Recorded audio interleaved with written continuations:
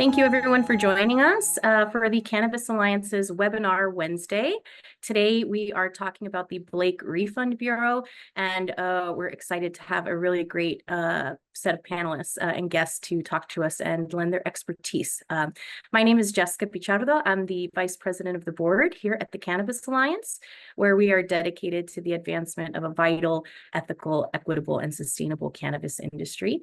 I am joined by my co-chair of our Equity and Justice Committee, Yoko Miyashita. Yoko, I'd love to turn to you for some introductions. Thanks, Jess.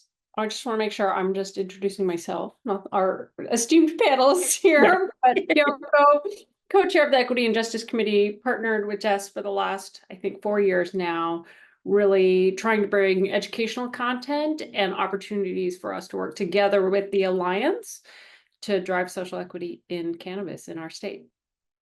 So very excited about this panel. You know, we've been on a long journey of really trying to find impactful opportunities for Alliance members to really move this conversation forward. The Blake case is so monumental in Washington state and what that means for consumers and individuals. So I'm just very excited to learn about the refund program. Thank you, Yoko. I'll have Robin introduce. Hi, everybody, and thank you for having me. I'm with the Administrative Office of the Courts. Also, you'll probably hear it, also known as AOC, also known as Washington Courts. It's kind of used interchangeably. I am the Blake External Relations Liaison, and I lead all communication and outreach efforts for AOC's Blake Refund Bureau, which you'll be hearing about shortly. I have years of work in the social justice and advocacy realms. My efforts have always been in the service of promoting measures for the global good. As a representative of Blake Refund Bureau, I'm honored to be working alongside judicial partners, lived experts, advocacy groups, the public, and with everyone here today to help inform those individuals impacted by an unconstitutional drug law about the potentially life-changing opportunities available now through Blake relief efforts. So thank you so much for having me. I'm excited for this conversation. Thank you, Robin. And for those listening, that's Robin Zimmerman. Thank you for joining us. Christopher Stanley. Hi there, I'm Christopher Stanley. I'm the Chief Financial and Management Officer here at the Administrative Office of the Courts. For those of you who are visually impaired, I am a middle-aged white male wearing a tan suit. And so I just wanted to note that for folks who may not be able to see me. I'm excited to do this work. Part of my role here at the AOC is to distribute money. This is what we do. As the Blake Refund Bureau, people apply for money and we distribute it. So we are trying to do this with as little bureaucracy as possible. I want to take a moment to recognize the hundreds of thousands of people who were affected by the drug war. And throughout the 70s, 80s, 90s, 2000s, you know, there are well over 260,000 cases that are Blake, what we term as Blake affected. And having to ask those people to come back to court to have their sentence vacated and get their refund. Some of these cases are pretty old. And I want to acknowledge that digging that up for folks may not be the most pleasant experience. And so as much as we can do at AOC, we're trying to make it as least bureaucratic as possible, while also maintaining our fiduciary responsibilities to the Treasury. But again, I'm excited to be here. I'm excited to work with all of you and a number of external partners and judicial partners, municipal partners. This has been an all-hands effort to make this go. Thank you for having me. Thank you, Chris. And then Chris Graves.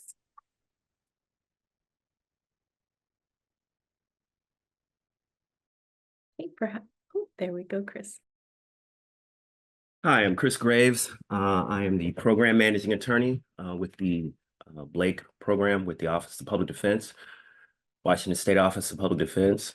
Part of my role is working with the contractors, the lawyers that we've hired to actually implement the Blake decision to help the public obtain those vacators, and also help them have LFO fees or third-party costs refunded to them in connection with their unconstitutional Blake conviction. So Happy to be here today to work with Cannabis Alliance, AOC, and all of our partners. Thank you all for your introduction. And for those watching and tuning in online, as you can tell, in for a lot of really great information today to help us push forward and help our neighbors here in Washington affected by this case. So I thought a great place to start would be just to give a little bit of background on the Blake case. When we say that, that's referring to the Washington State Supreme Court decision in State versus Blake in 2021. The court ruled that Washington's law criminalizing simple drug possession was unconstitutional, and the decision effectively decriminalized simple possession of controlled substances in Washington. I'd love to pause and go to our experts. That feels kind of high level, but maybe we can clarify the scope. This is talking about simple drug possession, so it doesn't sound like just cannabis. So maybe we can start with some clarity on that case. Robin or Chris Stanley, would you like to start? Yeah, I can chime in. So it is more than just cannabis. Any simple drug possession charge, and it's a very specific statute that that's affected. But it's not just the state statute that's affected, and this is where we've tried to engage municipal partners. Over 100 municipalities across Washington State codified the RCW as a city ordinance. So if you were arrested for drug possession by a city police officer, you could be charged with a violation of the city ordinance and a felony or a misdemeanor in district or superior court. So there's a lot of cases affected by this. There's a lot of just fallout from the cases. A lot of our resentencing cases are instances where folks were arrested for something else and simple drug possession. So when we vacate the drug possession charge, what does that do to their sentence, their judgment sentence? What does that do to their legal financial obligations? There are a lot of cases where it's just simple drug possession. And in those instances, folks are getting a full refund of their fees. In other instances, they're not, in part because there are other charges that resulted in legal financial obligations. So that's just a little history, but there are the legislature made a small expansion for municipal courts in the budget where they included paraphernalia. I believe, I don't have the budget right in front of me. They included simple possession of drug paraphernalia as a charge that could be reimbursed for legal financial obligation fees.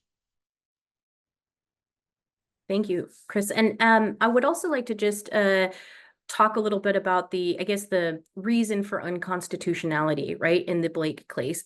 From my understanding, the law was deemed unconstitutional because it did not require proof that an individual knew they were in possession of drugs, and the court held that criminalizing unknowing possession violated due process. So could we expand or just talk a little bit more on that, if anyone else has other words besides the research that I did, for the unconstitutionality of this piece? Robin? Sure. Yeah, a woman named Shannon Blake was caught with meth in her pocket that she claimed she borrowed from a friend, and that held that mens rea, that knowing element, it's kind of loophole in the Constitution at this point. Like, it was never dealt with, right? That you're innocent until proven guilty, but in her case, she was guilty until proven innocent. So the burden was on her, and then the legislature ruled in her favor and kind of made a blanket decision, right? Because this could affect other cases prior. So that decision, they said basically, so anyone convicted of a felony drug possession conviction, simple drug possession conviction from 2021 back to 1971 is now eligible to have their conviction vacated. And any legal financial obligations they paid in conjunction with those convictions can be refunded. And so it's multiple step process, and the Blake Refund Bureau was instituted to be a centralized house for that. So but the vacates, and I'll let Chris talk about that, is kind of the first step in the process with the courts and with legal aid partners. And then the Blake Refund Bureau handles the refund side of things. Oh, And from what I understand, the Blake Refund Bureau was really the result of the third and final point, which was the third and final impact of the ruling, which is that the state needed to address the legal and financial implications of the ruling. So the ruling happened, but then how do we deal with it financially? Am I understanding that correctly? Okay, great. Yeah. I want to Kristen. give Chris Graves an opportunity to weigh in on the, That's Yeah. as well. Yeah. Chris Graves, I wondered your 2 cents on the impact of the ruling would be great. I'm sorry, is that Chris Graves or? Yes, Chris Graves. Okay. Great to have you. Just to keep it clear, since we've got two Chris's here and we talked about this before, you can just call me by my whole name like most people do. So to distinguish me. I know we wanted to talk about kind of the impact of the ruling, but I wanted to go back to also what Robin had so accurately characterized as sort of the description of the case surrounding Shannon Blake and sort of that mens rea requirement. As I'm sure everyone knows, I mean, we all watch Law and Order, and law is not exactly like Law and Order, but certainly, we're aware that every element of the crime has to be proved beyond a reasonable doubt. And in the statute that was passed in 1971, the prior possession of controlled substance, a simple possession statute, as Robin said, there wasn't a knowing requirement. In other crimes, there is the knowing requirement. There's the actus reus, as it's called, which is the actual act, and the mens rea, which is, of course, knowing that what you're doing is wrong, or being aware of, or either you knew or should have known that situation existed. And so Washington had what was basically known as a strict liability statute. Essentially, if you were in possession of the drugs, then you were deemed to have, had knowledge of it, essentially. And the state did not have to prove that element of the case, that you knew or should have known that you were in possession of the drugs, which really takes away that element of reasonable doubt. And really, that's what makes it unconstitutional.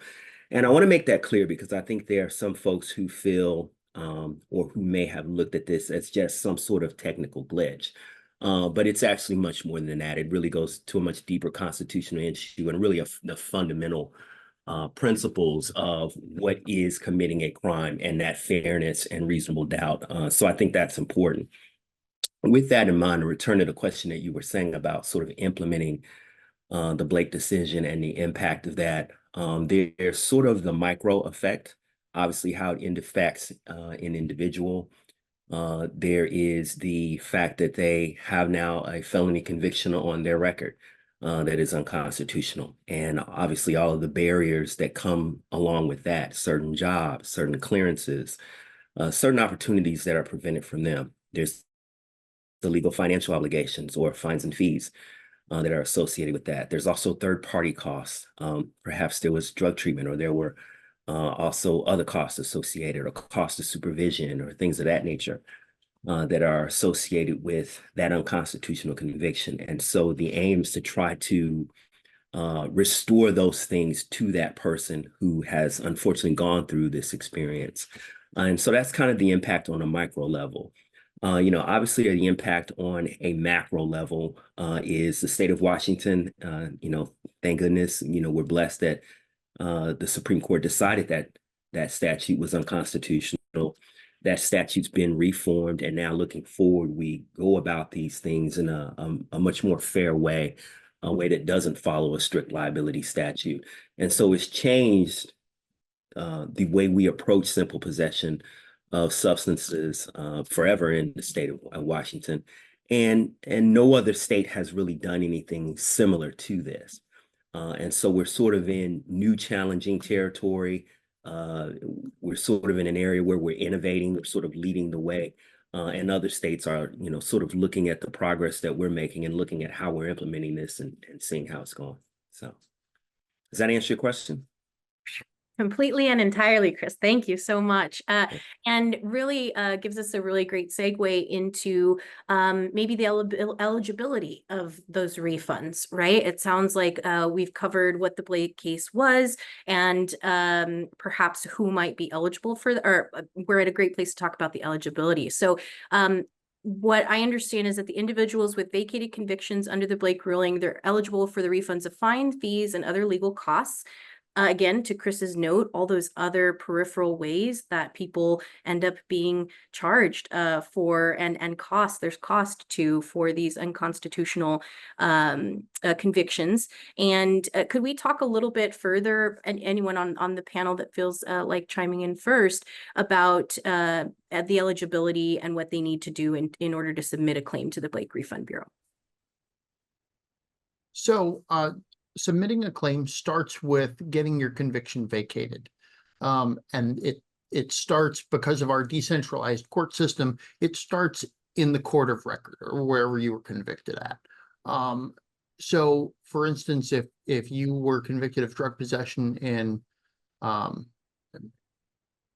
Tacoma, and then again in Seattle, and then again in Olympia, you would have to go to each of those 3 courts to have your conviction vacated.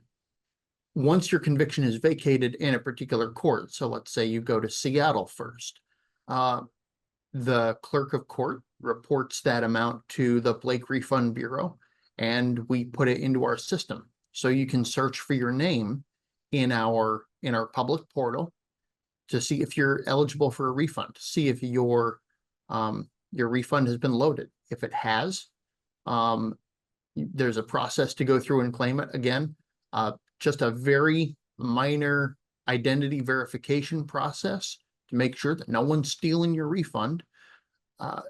And we run it through. It goes fairly quickly. If you have documentation of attending drug treatment as part of your judgment and sentence, and you have receipts to verify the amounts that you paid, and the drug treatment facility has proof that you paid them, then you would get a refund for those costs. So again, just a little process, just a little bit of process in order to verify that, 1, no one else is taking your refund, and 2, that we at the state are maintaining our fiduciary duty to the taxpayers. Right. And so, Chris Stanley talked about sort of the Refund Bureau side of the process, but, as he, accurately stated, the first step is obtaining the vacator or the vacated conviction. And that's a process that, as Chris, again, made reference to, because of our decentralized system, varies county by county. As a bit of a historical background, I think it's that way simply because of the way the state was founded and the way the government grew in the state, and because of the way the citizens designed it. And so it's a very decentralized system. So again, you have to approach each different county for relief, the county where that conviction was had.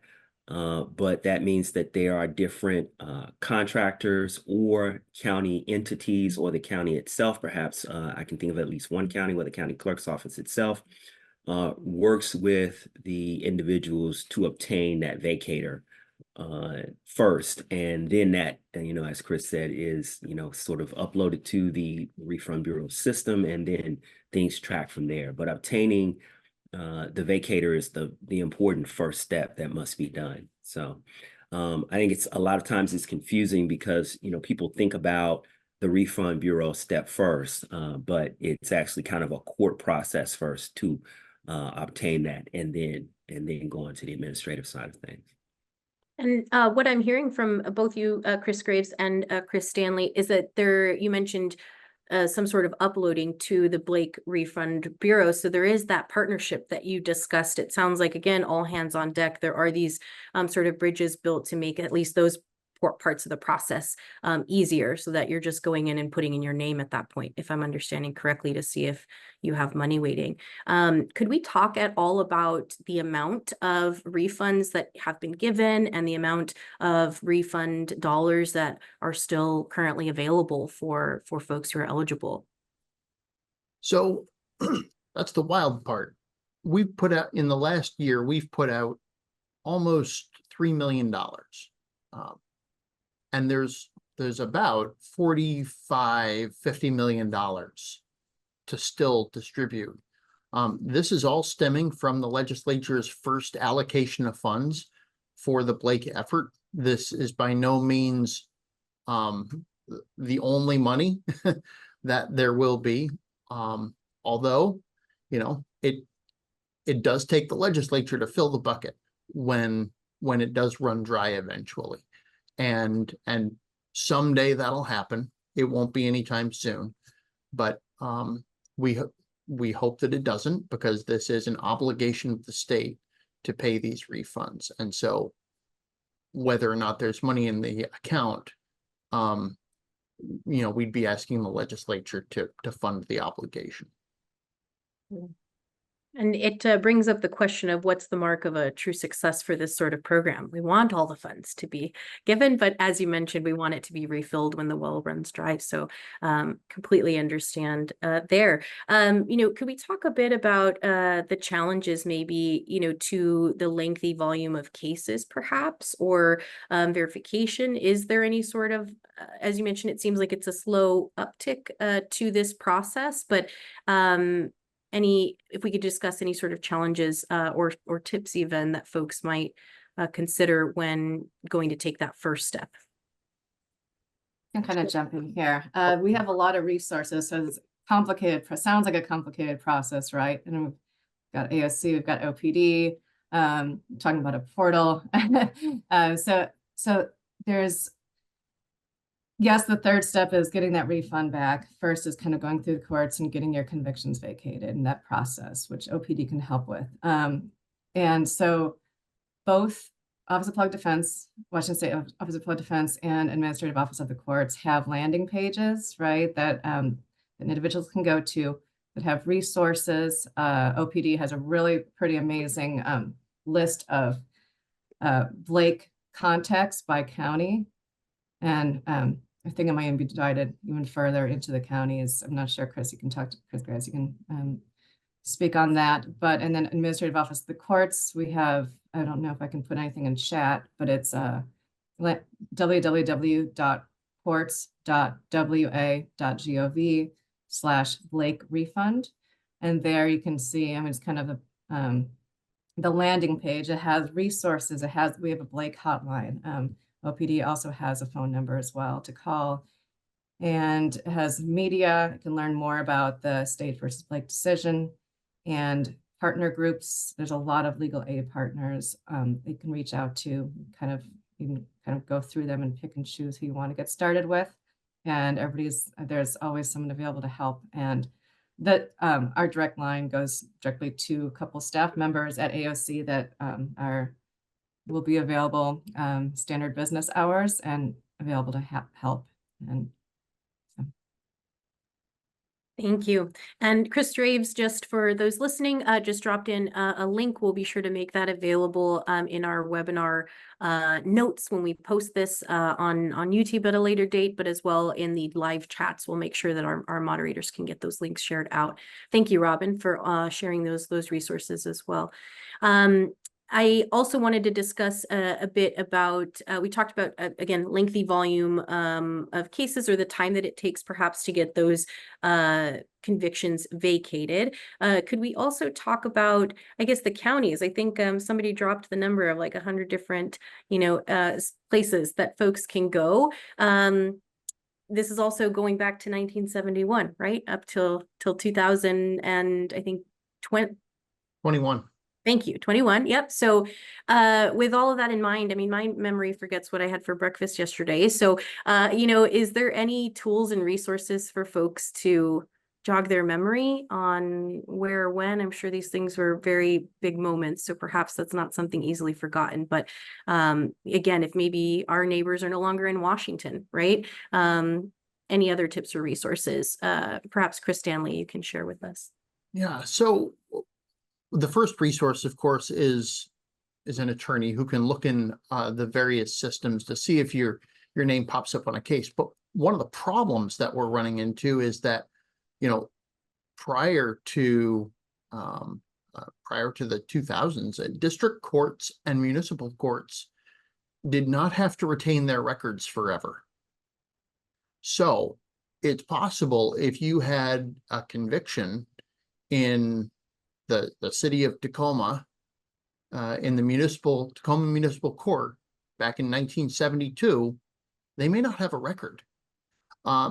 There have been system changes over time.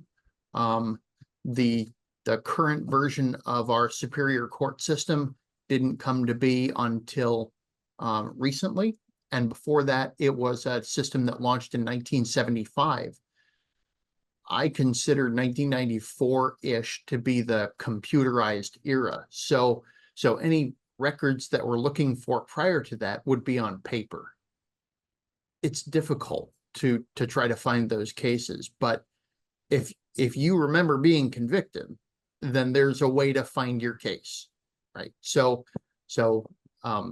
just know that even if the record is not readily accessible, if you remember being convicted, then there should be someone who can find the record and get it vacated for you. Thank you, Chris. You highlighted something that feels like part of an answer to one of our audience questions, which is, what are the biggest barriers for folks to access refunds? It sounds like once they're loaded into the system, that's actually not the hard part. So it does sound like that pre-refund bureau sort of path might be the most difficult. Robin, do you have any other notes on to talk about this question? Any other barriers that folks are running into?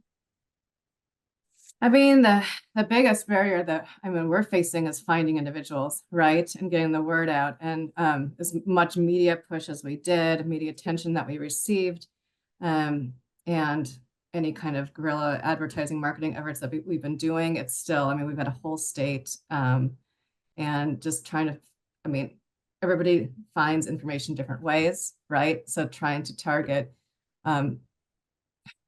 groups all over Washington State. We've been doing presentations, caseworkers, events, talking to various groups. I guess I would like to use this opportunity to ask for help myself. If you know anybody, right? Anyone, I will put my personal email in this chat as well. I'm always looking for ways that we can present and places and people we can talk to, and how to get information out there. We have certain collateral. We have, when we have paper applications, we have online applications, right? So, but we also have postcards, trifolds, things like that. But again, like we can't just necessarily blanket all of Washington State with this, right? And so I'm definitely looking for help with this. We've come a long ways. Word of mouth has traveled. Media has helped a lot, but it's just gonna be a process. So, yeah. So to answer our audience questions, the greatest thing that you can help us this current time with those biggest barriers is to share this information wide and far with folks so that the right people can find it. And again, we'll make sure that Robin's information is in the chat so that if you feel like you can help support and spread that message, that we can continue to find partners like the Cannabis Alliance to help spread this information. We have a couple more questions from our audience. One is, are there any pro bono resources in the state to help individuals locate their conviction records? Well, let me, if you don't mind, address that, Jessica, and also kind of to return to a previous question. We were sort of talking about what are the challenges that are associated with this, I think, and people getting refunds. Obviously, the biggest challenge is, obtaining the vacator in the first place, right? And so I think that's where OPD comes in, and to tie into the question that Yoko put in the chat as well, which is, are there any pro bono resources in the state to help individuals locate their conviction records? There's probably two very short answers to this. One is yes, call us. I would say that we put our 1-800 number for OPD in the chat along with an email, and that's for people who are incarcerated, who can reach out to us, and people that are out of custody or not incarcerated that can reach out to us as well. And we have a triage team that can, if not help locate those records, at least direct you to the contract attorney in that county who can help locate those records as well. So there's definitely resources there for people who understandably, if it's been a long time, you may not know exactly where and when, what jurisdiction, etc. But there's a way to sort of track that down and figure that out, if you will, for the public. So. Thank you. And just again, to verbalize some of those resources, the phone number, there's going to be 1-800-414-6064, extension 218. And the email resource would be blake@opd.wa.gov. Thank you, Chris, for that information. We also have another question, which is when searching the Washington Courts database, how do we know which case numbers are associated with a Blake-related case? Is there any indicators or tips to know that? When searching the Washington Courts database, how do we know which case numbers are associated with a Blake-related case? Well, I'm trying to understand that question. Are you trying to figure out how to determine whether or not the charge is Blake eligible? I mean, is that sort of your question? It sounds like the question. If we can get our question asker to clarify further in the chat, we can give that. But that's how I'm reading that, Chris. I mean, I guess there's the case numbers, and then so on courts.wa.gov/Blake refund, that's the entrance to the portal for the Blake Refund Bureau, right? And some convictions may already have been vacated if the courts load them already. I mean, you can search your name, case number, just first and last name, and your information should pop up if it's there. So I mean, anyone can go and search that and see if they're there. And if they don't have information, then they can call Office of Public Defense if they're, I guess that's what I would recommend. Yeah, absolutely. I think Robin's absolutely right. I mean, certainly you can search that on your own, or search at the Washington Records database. I probably also am, just out of an abundance of caution, would say reach out to OPD, right? I can remember once when I was having some pain in my knee and I went to the doctor. And, I told the doctor, I said, oh, it hurts here, it hurts here. I looked online and did some research, and I think I tore my meniscus. And the doctor looked at me and said, let me know when you're done diagnosing yourself. Right. So I think it's sort of a similar sort of thing. I mean, certainly, take a look at those online tools and the databases, of course, but I would much rather have people call us and take a look at what you got, and let someone from AOC or OPD diagnose you than to diagnose yourself. And so I would say default. The short answer to the question is it depends, and reach out to one of our agencies or both. Thank you. And thank you everyone on the call for being a great square one, right? A great place to start. It sounds like if we have questions, we as in our neighbors here in Washington, we can call OPD, we can call AOC and start there. So thank you for being here to share that information. We have another question, which is a learning moment for us. So will you please explain the difference between expungement and vacation? Of course, Dr. Ryan would have this question, which is great. But and that, I appreciate you so much, Caitlin. The difference between an expunction and a vacator, or the difference between an expungement and vacation. It's interesting. I think actually the words here are so weird, but the noun for obtaining the vacation, the vacating of a conviction is actually vacator, right? Which is weird. But and then expungement's one of those words that, if they put it on a spelling bee, some of us might get stumped, right? Put an expunction. I'm probably wrong with this, but my understanding of an expungement is that the conviction occurred. You're not saying that it was unlawful, but the conviction occurred, and the records of the arrest and the conviction are more or less removed from public record like that. It's not as if it never happened. When you vacate a conviction, it's as if you go back in time and it never happened, right? Because it wasn't rightful to begin with. So that's sort of the difference. The difference is whether or not we actually sort of pretend as if it was rightful to begin with. Got it. Thank you. And actually, I want to, so Chris, so maybe this comes up a lot too. I feel this question. as far as the vacate process, right? And this is going to be vacated off of your criminal record, and it's and just kind of talk about like Washington State Police and how that's that works with them. Or Chris Stanley. I'm So sorry, what were we saying? are you asking that question to Chris Graves? Because it Either. or Chris. Well, you Graves. can't do that when you've got two Chris's. We'll both be confused. Either we'll both start talking at the same time, or both of us will be completely silent. I'm gonna have Chris Graves field that if you Yeah. can. I'm sorry, what was the question again exactly? Oh, this question comes up constantly that I field a lot, and as far as about the vacate, right? And just beyond the difference between expungement and vacation language, just the vacate and like what actually really happens there. And I'm watching State Patrol, and we're off the criminal record, off what kind of record, like what possibilities does person have once it's vacated, right? As far as job search, things like that.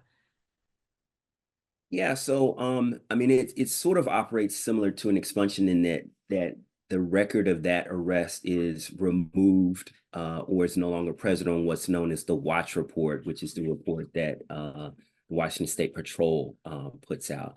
And then I think the way that that is technically recorded now in the watch report is vacated unconstitutional.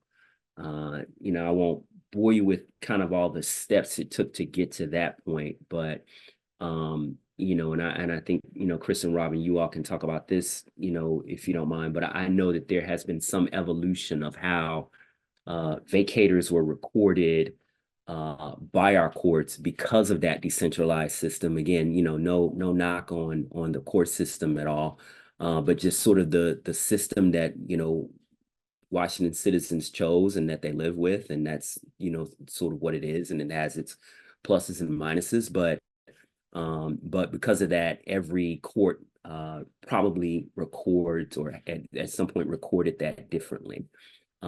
So, you know, that may serve to answer your question to make for a different result when you go to apply for a job. It's the difference between saying, okay, there was this conviction, it was dismissed, or it was vacated unconstitutional. And not to get too much into the weeds, but that comes up in certain issues, particularly issues involving immigration. Whether or not it's known that that conviction was unconstitutional to begin with, or was it something that seems, you know, like it was simply dismissed. And obviously the connotation that we all have carries on in that. You know, we think, you know, we tend to think that if something was dismissed, then that's a technicality, if you will. It's not that it wasn't wrongful to begin with versus it being vacated, which means that it was, you know, sort of wrongful to begin with. So, you know, I'm not sure if that answers your question completely, Jessica, but I think that's sort of how it serves to operate things. It does. And then some, Chris, and it really, again, highlights how impactful wrongful convictions are to people's life journeys. And depending on where you are or where you're from or what you're going through, the process can elongate or become even harder. You know, you bringing up the threat of immigration, and another, again, layer of legality and compliance and things that we're navigating to do things, a privilege check, right? I mean, I've been in illegal cannabis for 11 years. So doing things that people are still being so heavily impacted by. So Chris Stanley, you had started earlier in the conversation, you know, taking a moment to really recognize again the significant impact that these convictions have on our communities, and wanted to make sure to lean into that once more because it's very real consequences and life-altering paths for people. And so one of the things, Robin, you had mentioned that, you know, one of the biggest challenges right now is finding people to help with this process, right? To go into the Blake Refund Bureau. And And I want to acknowledge that there is a level of distrust with government or with systems, and hands that are reaching out from those systems to try and make things right. And I recognize, especially through this conversation with you all who have been very thoughtful through this partnership and process, that the refund process is meant to provide tangible support and relief to those that are affected. But maybe you can talk a little bit about that trust and about, again, ways in which you're reaching out to the communities to try and get them this information outside of today. So Robin, would you mind talking a bit about that? Let's see. Actually, I think Chris looked like you wanted to say something. I could jump in after you, but or did you not? Chris Stanley, I mean. Oh, I hadn't planned on saying anything, but Oh, so, okay. the fact of the matter is that, people, a lot of folks had a bad interaction with the court system, and they were unjustly convicted of an unconstitutional crime. So we're trying to go back in time and fix that. Obviously, there's a lot of folks who distrust us, and that's a valid reason. Honestly, if I were in these shoes and someone said, "Oh, hey, I'm from that court system that unconstitutionally convicted you 20 years ago and destroyed your credit, but I want to help you now," I'd probably pass. But this is where, calling OPD, I want to put a plug in for the OPD 1-800 line. Those folks are, they can help you. They can help you navigate a system that that you may not trust. These folks are in your corner, and they don't make money off their cases, right? This is a pro bono service. This is something the government pays for itself to do, and OPD is doing that work. So I recognize that that it's a tough situation, and there's a lot of trust that's been broken. We're trying to fix what we can fix, but 50 years of damage is a lot of damage. So I acknowledge that. Thank you, Chris. I appreciate that. And we have some questions in the chat, but that brought one for me as well, which is sometimes my perception of this is, and I think Chris Graves, you spoke to this is a reopening, of something that might be difficult to kind of walk through again. And so when you are reopening, and I'm using that language, a case in this way, is there anything else, any other peripheral information one should know about what that can mean for the actual, I guess, end result, the consequence? Does this open me up to being charged again? Is there any concern for any, again, other peripheral sort of consequence or damage by trying to create some light on my record? So I saw some head nods there. Robin, do you happen to have some insights? Yeah, I just want to just kind of follow up on what Chris said too, and that question about generating trust, right? I mean, initially for some of the early applicants, I got feedback about, am I going to be, so when do courts hand out money like this, right? Is this legitimate? Am I going to be arrested? Am I going to go back into the system? And so now that, the Bureau launched in July of last year, and now that it's been some months out and people have been receiving refunds and it is tested, and the media has given it attention. It's still, for those that don't know about it, it still seems kind of just off the wall, right? And random and confusing and potentially scary. So I think, again, my kind of call to everyone is try to find those community advocates, those champions, those liaisons throughout Washington State, right? That's why we rely on partnerships such as like Needle Exchange, Safe Place, working with caseworkers across Washington State, recovery centers, and as many as I can potentially reach out to. And I'd love to have any information, any insights from anyone about who would be interested. So I think that's how we build the network, right? There's and instill trust more than just a generalized advertising campaign. It's really a word of mouth and who you know, and trusting those individuals that are championing for those efforts. And So Thanks, Robin. And one other question for our group from the audience is if someone already vacated their cannabis conviction after the passage of SB 5605 in 2019, are they still able to access some of the Blake refund? Let me, if I may, real quick, just go back to the previous question. I think you were saying kind of what if someone does open this back up again, sort of kind of what are the consequences, what can happen. You know, as Robin referred to earlier, there are a number of jurisdictions. King County is one of them. The city of Everett is one of them, where the court system or the prosecutors went in and sua sponte, which is, you know, just a fancy Latin term for on their own, went in and went back and vacated those convictions. They automatically ended them. So I would say for the public, the first thing to do is, you know, again, to get in touch with OPD, you know, and or ALC, because your conviction may have already been vacated. So it may not be a situation of opening things back up. Beyond that, I can understand that for some people, there may be some stigma or trauma associated with, you know, dealing with these convictions again. And there's obviously some of that. Obviously, the filings are public record, you know, which is a real concern. And the third thing is that in certain instances where perhaps someone may have taken a plea deal or what have you, and that conviction was used as part of a matrix to determine the sentence in a crime, and now you want it vacated, and you know you want to be resentenced, for example, and I'm thinking mostly about folks that are already incarcerated. The prosecutor may decide, hey, if we're going to do this, then I can charge you, you know, higher, or I can charge you with, you know, something different. You know, in connection with, you know, what would have been this vacated conviction. That risk is real. I would say to people, don't let that deter you.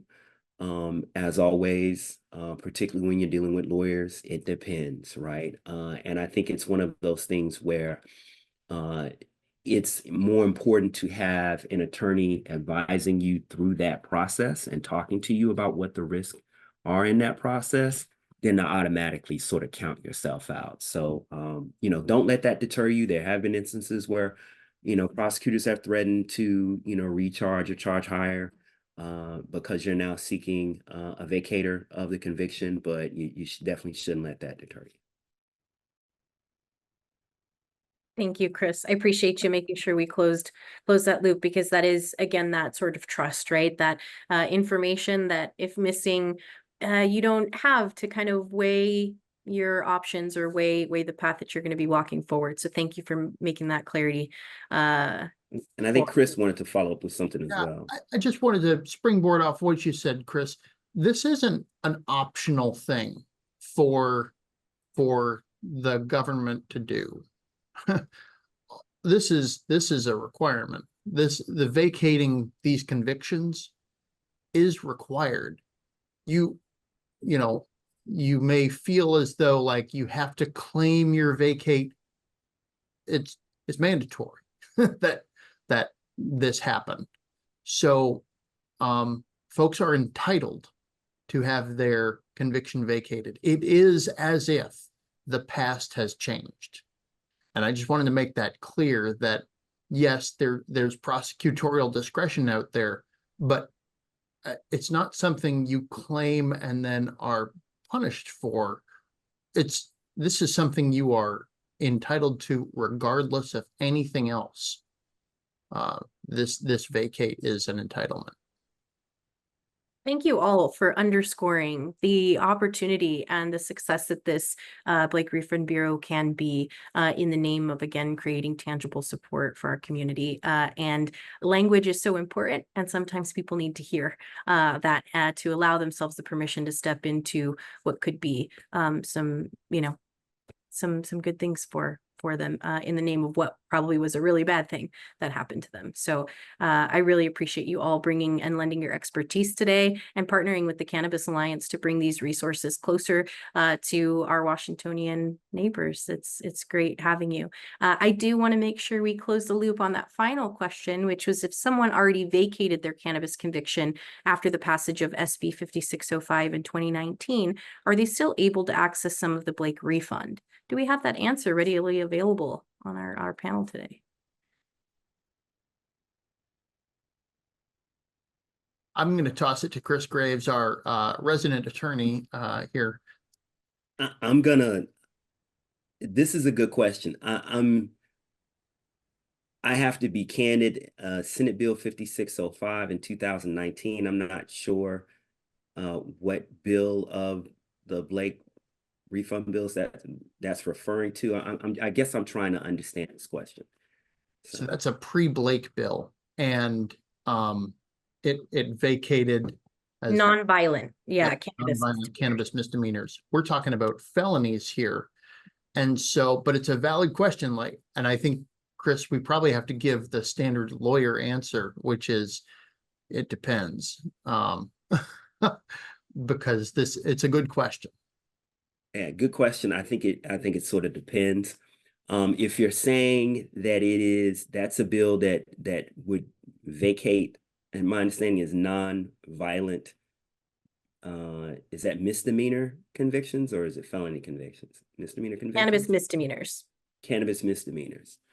Well, yeah, I think that sort of depends. And it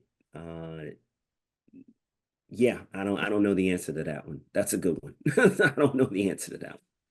Thank you. Well, it gives us an opportunity to continue searching for answers, sharing information, and finding more content for Webinar Wednesdays. So we really appreciate everybody again for being here. It looks like we were also able to drop another link in the chat regarding that last talking point that we had here. So before we go, I wanted to invite any of our panelists to leave some lasting words and wishes for the folks watching about the Blake Refund Bureau. Anything else you'd like to add?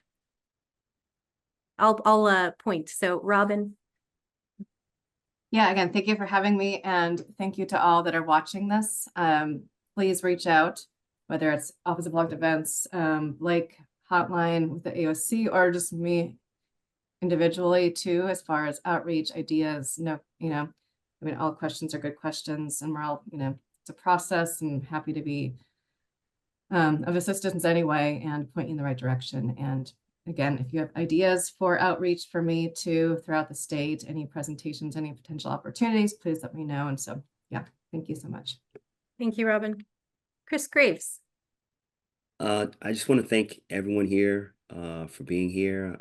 Thank the Cannabis Alliance for, this partnership, and AOC, our partner here as well. I think it's just been, great working with AOC as an agency and in conjunction with the Cannabis Alliance to do what I think we all want to do, which is to benefit the public and have them have the benefit of what they are entitled to, as Chris, put it pretty squarely.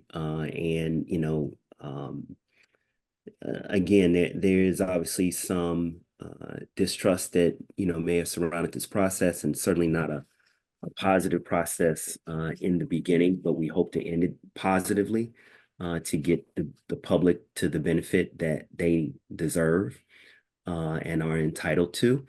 We hope that you out there listening will spread the word about the Blake Refund Bureau and the Blake vacating process to other folks, and hopefully we can get the people of Washington the relief they deserve. Thank you, Chris. And Chris Stanley.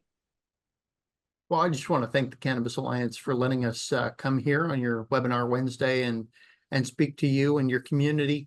I want to thank the tens of thousands of people that have contacted the court system so far and reached out through advocates and their attorneys. And I want to implore the hundreds of thousands of people who may have been impacted by Blake or may have a Blake affected conviction to reach out to the courts where you think you may have a conviction, reach out to OPD, reach out to your community advocates. You don't have to do this alone. No one comes to court to have fun. And this is a rare opportunity to go to court to have a less painful experience than before. And I just want to encourage you to do that and tell you that we are all invested in this work. We all have some connection to this work, and this is our mission to right the wrongs of the past and to help a little bit where we can to make some repairs and make amends. Thank you.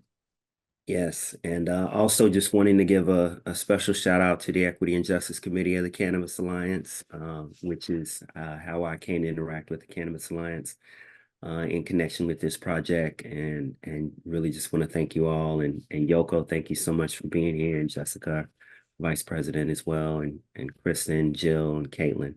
All of you all are friends in addition to colleagues, so thank you so much. Thank you all. And on behalf of Yoko and I here at the Equity and Justice Committee, we want to thank everybody for tuning in to Webinar Wednesday about the Blake Refund Bureau. This will be available online later so that you can share it far and wide. And please reach out to OPD, AOC, or the Cannabis Alliance for more information. We hope to catch you around soon. Thank you.